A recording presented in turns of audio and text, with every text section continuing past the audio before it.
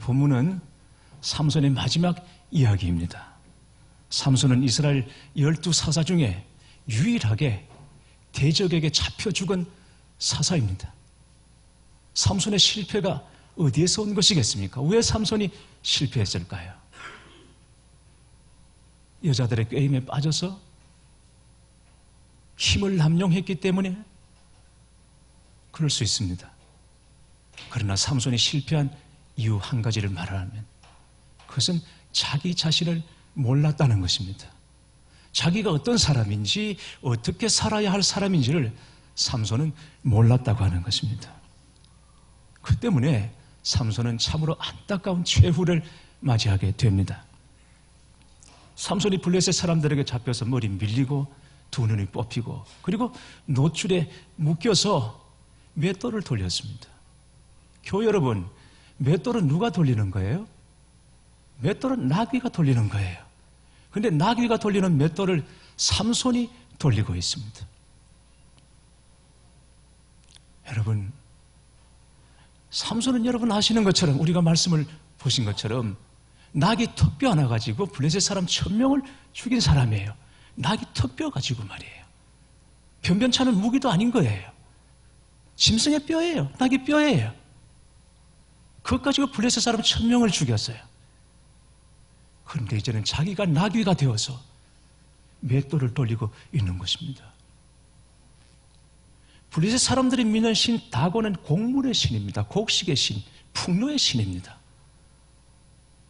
여러분, 삼손이 블레셋의 곡창지대에 여우 300문을 풀어놓고 불바다 만들어버렸습니다. 곡식을 다 잿더미로 만들어버렸습니다.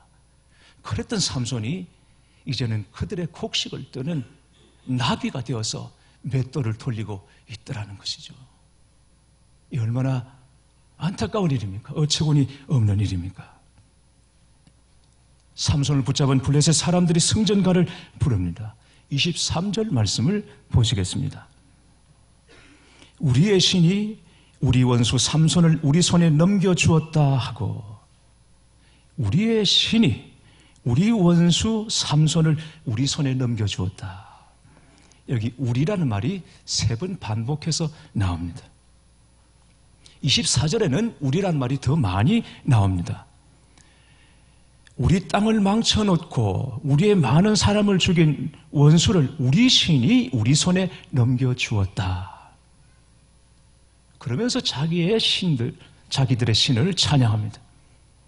여러분, 블레셋 사람들이 우리를 강조하는 것은 자신들의 신 다곤이 여호와 하나님을 이겼다는 것입니다. 고대 근동에서는 어떤 싸움이든 그 싸움은 신들의 싸움이라고 여겼거든요. 그런데 다곤, 자신들의 신이 저들의 신, 이스라엘의 신 여호와를 이겼다. 그리고는 기뻐하며 잔치를 벌이고 있는 것입니다. 25절에 그들의 마음이 즐거울 때에 이르되 삼손을 불러다가 우리를 위하여 제주를 부리게 하자 하고 옥에서 삼손을 불러내매 삼손이 그들을 위하여 제주를 부리니라. 마음이 즐거울 때에, 이 말은 술 기운이 올랐다는 뜻입니다. 잔치에 술이 빠질 수 없습니다. 술을 마셨습니다. 술 기운이 올랐습니다. 흥에 겨웠어요. 그래서는 삼손을 불러내서 제주를 부리게 하자. 그리고는 옥에 갇혀있는 삼손을 끄집어내서 제주를 부리게 하는 것입니다. 어떤 제주를 부렸을까? 삼손이 그때 묶인 채로, 머리 밀리고 눈이 뽑힌 채로 어떤 제주를 삼손이 부렸을까? 불쇼를 했을까? 차력 시범? 뭐가 눈에 보여야 쇼를 하죠. 힘이 남아있어야 차력을 하는 거죠. 눈 안 보이죠? 힘 다 잃어버렸죠. 무슨 제주를 부립니까? 아마 짐작하건대 블레셋 사람들이 그랬을 것 같아요. 아무것도 보이지 않는 삼손을 세워놓고는 앞에 갖가지 장애물을 두고는 그거 지나가게 하고 건너가게 하는 것입니다. 여러분, 건너갈 수 있습니까? 눈 감고 계단 내려갈 수 있습니까?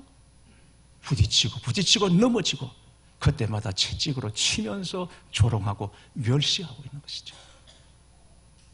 삼손이 지금 블레셋 사람들 앞에서 그런 조롱을 받고 있는 것입니다. 교회 여러분, 우리 기억해야 합니다.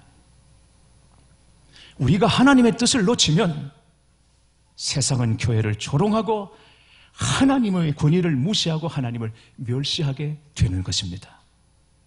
우리가 하나님의 뜻에서 멀어질수록 세상은 하나님과 점점 더 멀어지게 됩니다. 왜냐하면 세상이 하나님을 알게 되는 통로가 바로 교회요 성도들이기 때문인 것입니다. 교회는 세상 사람들에게 하나님을 바라볼 수 있는 창과 같습니다. 교회라는 창을 통해서, 성도라는 창을 통해서 세상은 하나님을 보게 되는 것입니다. 그런데 우리가 하나님의 뜻을 저버리게 되면 이 창이 가려워지기 때문에 세상은 결코 하나님을 볼 수 없는 것입니다. 하나님은 교회와 성도를 택하여 세상 사람들이 볼 수 없는 하나님이 보여질 수 있도록, 나타날 수 있도록 하나님의 도구로 세우신 것이에요. 우리가 그것을 잊으시면 안 되는 것입니다. 여러분, 사도행전의 역사를 보시기 바랍니다.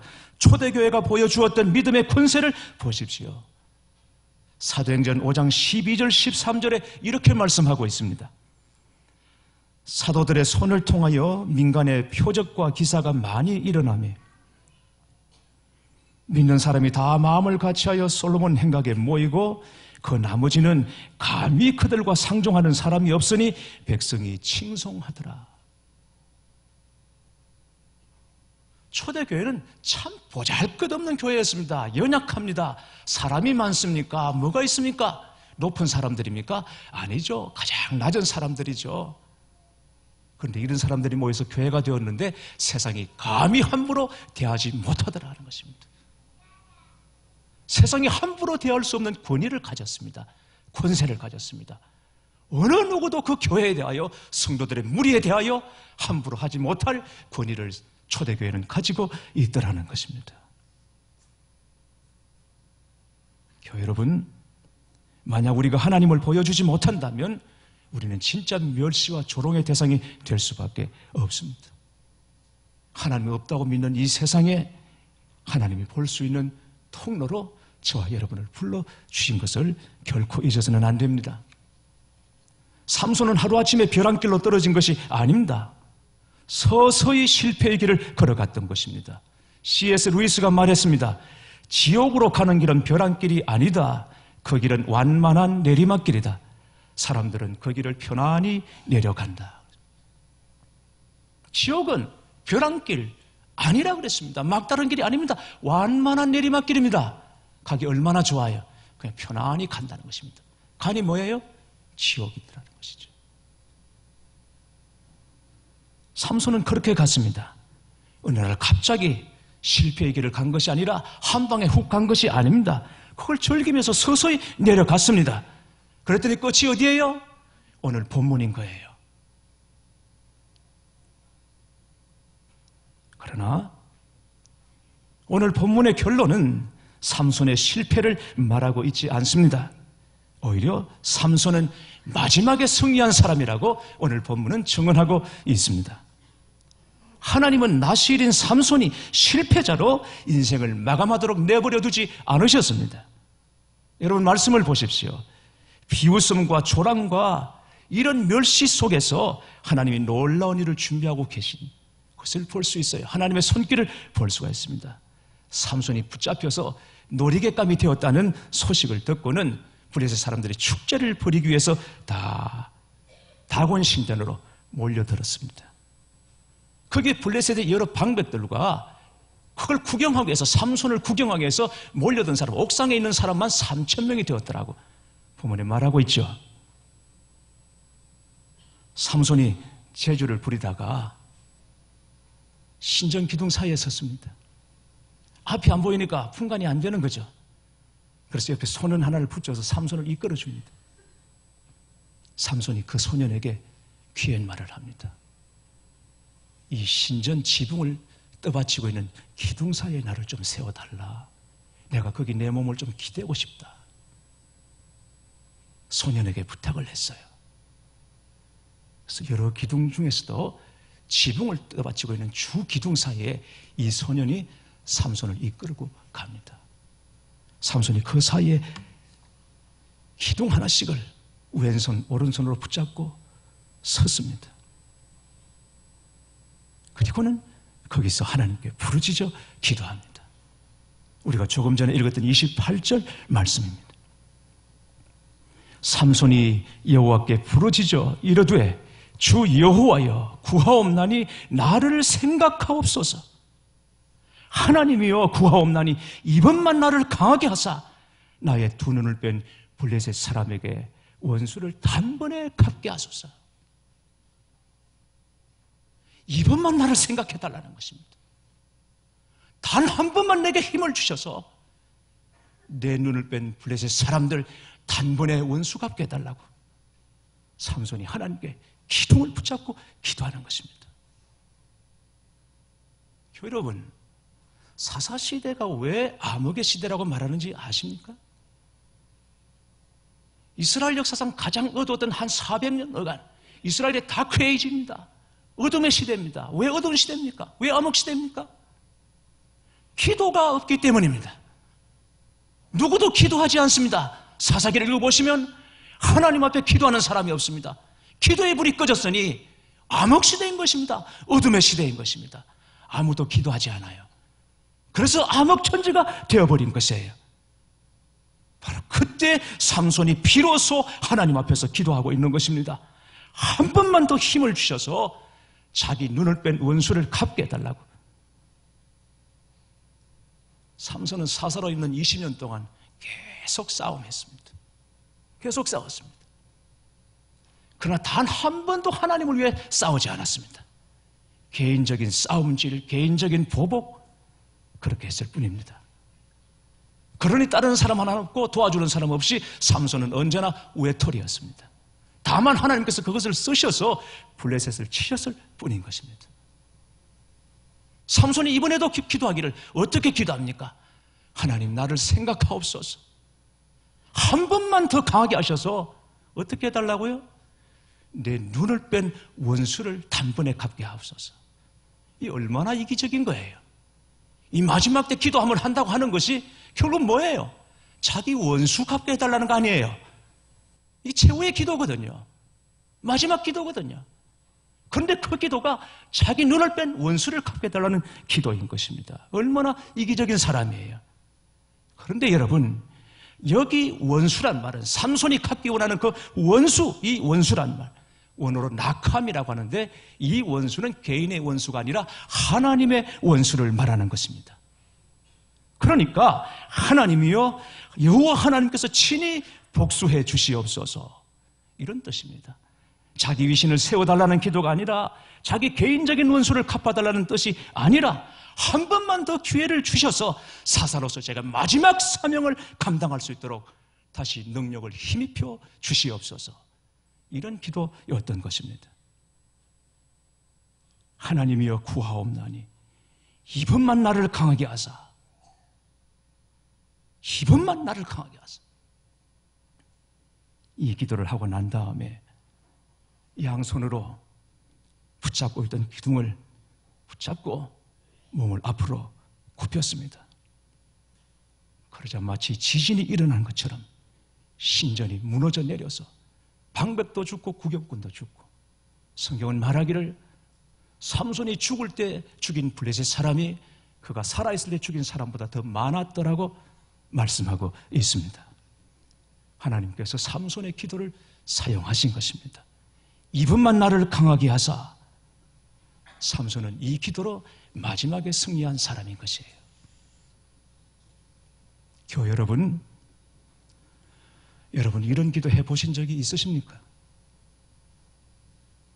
꼭 죽기를 바라는 것까지는 아니어도 정말 그런 심정으로, 벼랑 끝에 선 심정으로 이게 마지막이다, 이런 생각 가지고 하나님 외에 다른 길은 없다, 오직 그 중심으로 주님만 바라보고 하나님께 매달려 기도해 보신 적이 여러분 있으십니까? 하나님 외에 그 어떤 것도 바라지 않고 내 유일한 소망이 하나님이시다, 내 힘이 하나님이시다, 하나님 외에는 아무것도 없다, 벼랑 끝에서 기도하는 것처럼 여러분 그렇게 하나님께 매달려 붙잡고 기도해 보신 경험이 여러분 있으십니까? 아마 그런 경험들 있으실 테죠. 저는 이 시간 여러분께 권면해 드립니다. 그 기억을 다시 한번 떠올려 보시고 그 기억을 여러분 붙잡아 보시기를 권면해 드리는 것입니다. 그렇게 절박하게 절실하게 오직 주님 바라보며 기도했던 그때의 경험, 그 기억 가지고 다시 주님 바라보시라고 말씀드리고 싶습니다. 저는 작년에 자카르타 어느 한인교회 청소년부 집회를 인도했던 생각이 기억이 났습니다. 집회 갔더니 리조트에 한 청소년 80명 정도가 모여 있는데 이게 교회 시설이 아니다 보니까 영적으로 집중이 안 됩니다. 너무 산만합니다. 여러분, 제가 이래봬도 인도네시아 대통령, 부통령이 지켜보는 가운데 말씀을 전한 사람이에요. 갔더니 정면에 크게 대통령 사진, 부통령 사진이 왼쪽 오른쪽에 딱 붙어 있는데 이게 내려보면서 네가 잘 하나 지켜볼 거야 이렇게 저를 바라보고 있는 것이죠. 청소년 한 80명 모였는데 공간은 800명이 모여도 될 만큼 넓은 공간이었습니다. 그러니까 이게 확 퍼지고 집중이 안 되고 산만하고 애들도 다 늘어져 있고요. 보니까 걔들이 그래요. 이게 뭐 갈급하고 절실한 게 없어요. 거기 몇 년 살다 보면 얘들은 외국인 특례 혜택을 받아요. 학교 특례를 받아요. 그래서 여기 안에 있는 여기 있는 애들보다 훨씬 더 좋은 조건으로 좋은 대학을 선택해서 들어오면 갈 수가 있어요. 그러다 보니까 얘들이 뭐 절실한 게 없어. 그냥 답답한 게 없고 그냥 늘 희죽거리고 그냥 늘어져 있는 것입니다. 그런 애들 붙잡고 말씀을 전하고 기도를 시키는 일이 얼마나 힘듭니까? 첫날 저녁 집에 완전히 죽을 썼습니다. 그런데 그 교회 담임 목사님 사모님이 집회 내내 자리를 지키고 있는데 3일 동안 끝까지 자리를 뒤에서 지키고 있는데 이게 모르는 사람 같으면 집회 끝나고 다시 안 보면 되는데 그럴 사이가 아니거든요. 앞으로 계속 봐야 되는데 집회 한번 망치고 나니까 얼굴을 들어서 볼 수가 없는 겁니다. 볼 수가 없어요. 정말 쥐구멍이라도 있으면 숨고 싶은 심정이었어요. 숙소에 들어가서 잠을 자려고 하는데 잠이 와야죠. 이게 왜 안 됐을까? 다음 집회도 잘 되리라는 믿음도 없고 기대도 없고 그냥 저도 낙심천만해져가지고 이거 안 된다. 그래서 내가 안 간다고 그러는데 사람을 그렇게 끌어다가 불려놓고 이 지경을 만들어버려요. 내가 얼마나 안 간다고 그랬냐. 원망도 생기고 부끄럽고 속도 상하고 두렵기도 하고 잠이 안 오는 겁니다. 그런데 이래서는 안 되겠다 싶어서 일어나서 기도를 하는데 한참 기도를 하다 보니까 저도 모르게 제 입에서 나오는 기도가 하나님, 이 아이들이 말씀으로 은혜 받고 주님을 인격적으로 만나면 제가 여기 설교 한번 하고 제가 죽어도 좋겠습니다. 주님, 제가 죽어도 생명의 말씀을 전하여 이 아이들이 살아계신 주님 인격적으로 만날 수 있다면, 은혜 받을 수 있다면 제가 여기서 한번 설교한 뒤에 죽어도 좋겠습니다. 뭐 말은 그렇게 해도 하나님 설마 죽이시겠나? 그래 너 잘됐다 죽어봐라. 그렇게는 안 하실 거라는 가정을 제가 여러분 전혀 안 했습니다. 그런 계산을 안 했습니다. 진짜 한번 설교하고 죽어도 이 아이들이 살 수 있으면 좋겠다라는 마음 가지고 그렇게 기도를 했어요. 저도 모르게 그냥 그런 기도가 나왔어요. 아침에 목사님 사모님과 마주 앉아서 밥을 먹는데 밥이 넘어가요. 밥 먹을 일을 해야 밥을 먹죠. 밥이 모래알인 겁니다. 떠는 둥 마는 둥 하고 다시 하나님께 기도를 하고 집회 장소로 갔습니다. 네, 여러분 이상하죠? 문을 들어서는데 공기가 달랐어요. 큰 공간에 가득한 주의 임재가 있는 것을 보았습니다. 찬양부터 달랐습니다. 어제 저녁에 그 아이들이 아니었습니다. 찬양 시간부터 열리기 시작하면서 말씀이 스며들고 그리고 아이들 안에 기도가 살아나기 시작하고 임재 가운데 들어가고 안식 가운데 들어가고 방언하고 하는 이런 일들이 그 집회 중에 일어났던 것이죠. 교회 여러분, 하나님께서 우리에게 주신 가장 큰 축복이 무엇이겠습니까? 하나님을 믿는 저와 여러분에게 하나님께서 주신 가장 큰 축복이 무엇이겠습니까? 그건 어떤 상황에서도 기도할 수 있다는 것입니다. 데살로니가전서 5장 17절에 쉬지 말고 기도하라고 말씀하셨습니다. 아니, 쉬지 않고 어떻게 기도를 합니까? 30분, 1시간도 기도하기 힘든데 어떻게 쉬지 않고 기도해요? 근데 여러분, 그 말씀은 기도에 대한 부담감을 우리에게 지어주려고 하신 말씀이 아닌 것입니다. 쉬지 않고 기도하라. 이 말씀은 언제든지 기도해도 좋다라는 것입니다. 우리가 영적으로 상승 곡선을 타고 있을 때 그때 기도해도 좋지만, 영적으로 우리가 내리막길을 걷고 하향 곡선 중에 있을 때 그때 기도해도 좋다는 것입니다. 충만할 때, 거룩할 때, 우리가 온전한 가운데 있을 때 기도해도 좋지만, 전혀 그렇지 못할 때, 우리가 바닥에 떨어져 있고 형편없는 가운데 있을 그때에도 기도해도 좋다는 것입니다. 기도할 수 있다는 하나님의 허락인 것입니다. 삼손이 하나님께 부르짖은 것은 블레셋 사람들의 조롱 속에 있을 때 하나님께 기도했던 것입니다. 하나님은 그런 간구를 들으십니다.